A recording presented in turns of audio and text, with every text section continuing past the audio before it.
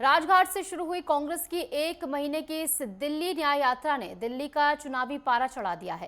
कांग्रेस की दिल्ली न्याय यात्रा ने अब तक कुल 50 विधानसभाओं का भ्रमण किया। भ्रमण के दौरान लोगों की समस्याओं को जानने की कोशिश की गई। कांग्रेस ने दावा किया है कि जनता से न्याय यात्रा को समर्थन मिल रहा है और कांग्रेस की दिल्ली इकाई के प्रमुख देवेंद्र यादव ने कहा कि राष्ट्रीय राजधानी में उनकी पार्टी द्वारा आयोजित न्याय यात्रा को लोगों का भारी समर्थन मिला है।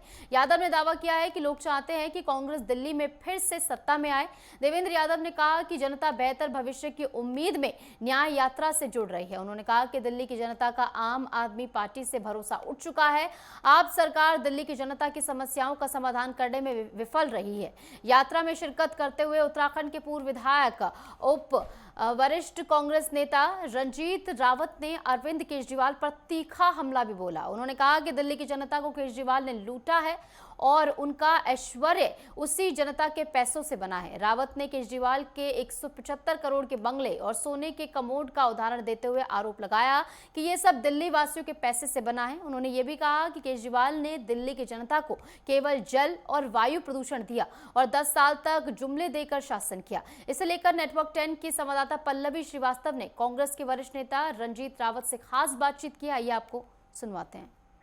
जिस तरीके से शीश महल को लेकर आज देवेंद्र यादव को 23वां दिन हो गया भारत जोड़ो न्याय यात्रा करते हुए, तो क्या लगता है कि दिल्ली में किसकी सरकार होगी? लेकिन ये दिल्ली का तथ्य है कि दिल्ली आज पॉल्यूशन से दिल्ली का दम घुट रहा है। दिल्ली में वाहनों की आवाजाही जो है नियंत्रित की जा रही है, बीमारियों की संख्या बढ़ रही है और दूसरी तरफ ये शीश महल का मॉडल है जो दिल्ली के मुख्यमंत्री बनने से पहले केजरीवाल कहते थे मैं झोपड़ी में रह लूंगा, वो जो है सैकड़ों करोड़ के घर में रह रहे हैं और टॉयलेट में भी गोल्ड प्लेट लगा रखी है सीट पर। तो दिल्ली को आज बेहाल कर दिया गया है। दिल्ली में पानी के लिए लोग लाइन लगा के खड़े हैं, बिजली मिल नहीं रही है और कूड़े का ढेर दिल्ली बनते जा रही है। जिस दिल्ली को शीला दीक्षित जी ने दुनिया के सुंदर शहरों में शामिल कर दिया था, वो दिल्ली आज दुनिया की मोस्ट पॉल्यूटेड सिटी बन गई है। इसलिए कांग्रेस के प्रदेश अध्यक्ष देवेंद्र यादव जी ने, जो दिल्ली के प्रदेश अध्यक्ष है, वो दिल्ली वासियों के पास जाकर के न्याय यात्रा लेकर के घर घर जा रहे हैं और पूरी दिल्ली को पैदल नाप रहे हैं और दिल्ली में जन जागरण कर रहे हैं ताकि जो है दिल्ली को केजरीवाल और जो धार्मिक और जातिवादी नफरत फैलाने वाली पार्टियां हैं, भारतीय जनता पार्टी जैसी, उनसे निजात मिल सके। अच्छा, जिस तरीके से आज देवेंद्र यादव ने अपनी न्याय यात्रा में कमोड और उनके शीश महल 175 करोड़ की जो शीश महल है उसको लेकर जनता के बीच में ले जा रहा है, तो क्या लगता है कि जनता भी कुछ जागरूक? निश्चित रूप से जनता के सामने जो मुद्दे जाएंगे उनमें चर्चाएं होती है, उसपे जनता अपना निर्णय देती है। ये शीश महल ही नहीं है, इससे आगे अगर आप देखेंगे तो शराब की बोतल भी खड़ी कर रखी है। पूरे दिल्ली में हॉस्पिटल बदहाल हैं और ठेके जो है की संख्या बढ़ा दी गई है। बोतल में दिल्ली को डुबा दिया गया है, इसीलिए न्याय यात्रा निकाली गई है। तो क्या लगता है न्याय यात्रा जिस तरीके से पूरे भारत में किया गया, अब दिल्ली में किया जा रहा है, तो क्या प्रभाव पड़ेगा? निश्चित रूप से भारत में न्याय यात्रा राहुल जी ने निकाली तो उसका फल मिला, आंशिक परिणाम मिला कि लोकसभा में हमारी संख्या बढ़ी। बीजेपी जो 400 पार का नारा दे रही थी वो 240 पे अटक गई। तो अगर निरंतर प्रयास जारी रहेगा तो परिवर्तन पूर्ण रूप से होगा। परिवर्तन आपको लगता है कि निश्चित रूप से होगा। हमारे हाथ में प्रयास है, प्रयास में हम कोई कमी नहीं छोड़ेंगे। दिल्ली की जनता के लिए लास्ट टाइम क्या कहना चाहिए? दिल्ली की जनता से यही कहना चाहेंगे कि जिस दिल्ली को शीला दीक्षित जी ने मेट्रो दी, फ्लाईओवर दिए और आपके कॉमनवेल्थ गेम दिया, एक सुंदर इंफ्रास्ट्रक्चर दिया, उस दिल्ली को आज जो है पॉल्यूशन और कूड़े में और शराब के नशे में धकेल दिया गया है। इसलिए दिल्ली वाले जागो और भाजपा और आपसे जो है छुटकारा पाओ और कांग्रेस को अपने विकास के लिए आगे लाओ। आप उत्तराखंड से चल के यहाँ आए हैं, तो क्या लगता है उत्तराखंड और दिल्ली की राजनीति में कितना अंतर? देखिए, राजनीति में कोई अंतर नहीं है। निश्चित रूप से भौगोलिक हिसाब से परिस्थितियां थोड़ा भिन्न है, बाकी राजनीति सेम है। रोजगार आज दिल्ली में के पास भी नहीं है, उत्तराखंड के पास भी नहीं है। महंगाई दिल्ली में भी बढ़ी हुई है, उत्तराखंड में भी बढ़ी हुई है, और जो नफरत फैलाई जा रही है वो पूरे देश में फैलाई जा रही है। और दिल्ली में पॉल्यूशन जरूर ज्यादा बढ़ गया, वो उत्तराखंड में नहीं है।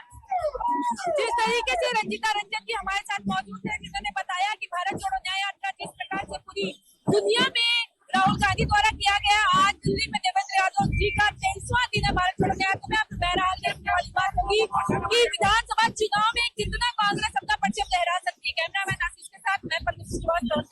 मंत्री और स्वयं मुख्यमंत्री भ्रष्टाचार के मामले में जेल जाकर आते हैं, तो ये कौन से मॉडल की बात कर रहे हैं, मेरी समझ में आ नहीं पा रहा है। लिहाजा दिल्ली की जनता आज उनके सामने जो केजरीवाल जी है उनकी सच्चाई हम लेकर आए हैं, और दिल्ली की जनता न सिर्फ इस यात्रा का स्वागत कर रही है बल्कि बढ़ चढ़कर अपनी समस्याओं का हमारे साथ शेयर भी करने लगे। जिस तरीके से कांग्रेस वालों ने न्याय यात्रा पूरी दुनिया में निकाला था, आज आप दिल्ली में निकाल रहे हैं, तो आज 23वां दिन है। क्या लग रहा है कि दिल्ली की जनता जागरूक होगी? निश्चित ही एक बड़ा बदलाव आपको देखने को मिल रहा है। हमारी यात्रा में बढ़ चढ़कर जो आम जनता है वो भाग ले रही है, वो इस यात्रा का स्वागत कर रही है। इस यात्रा के साथ हमारे कांग्रेस के कार्यकर्ताओं के साथ अपना दुख और दर्द शेयर कर रहे हैं। मुझे पूरा विश्वास है 2025 में एक बड़ा राजनीतिक बदलाव होगा और कांग्रेस की सरकार बनेगी। जिस तरीके से सर पॉल्यूशन देख रहे हैं, पॉल्यूशन का एक्वाई लेवल 400 पार जा रहा है, तो क्या दिल्ली की जनता को क्या अभी तक तो जल प्रदूषण, वायु प्रदूषण ही मिल पाया?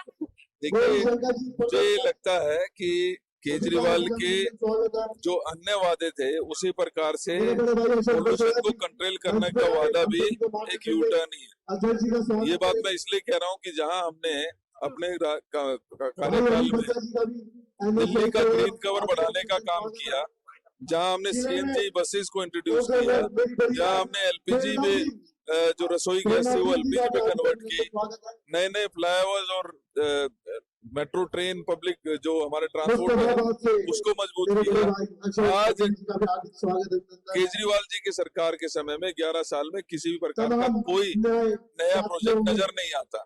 लिहाजा वो इस बात से भी सिर्फ वही जो अपनी बॉल दूसरे के पाले में डालने का काम कर रहे हैं, इसके अलावा और कुछ नहीं कर रहे।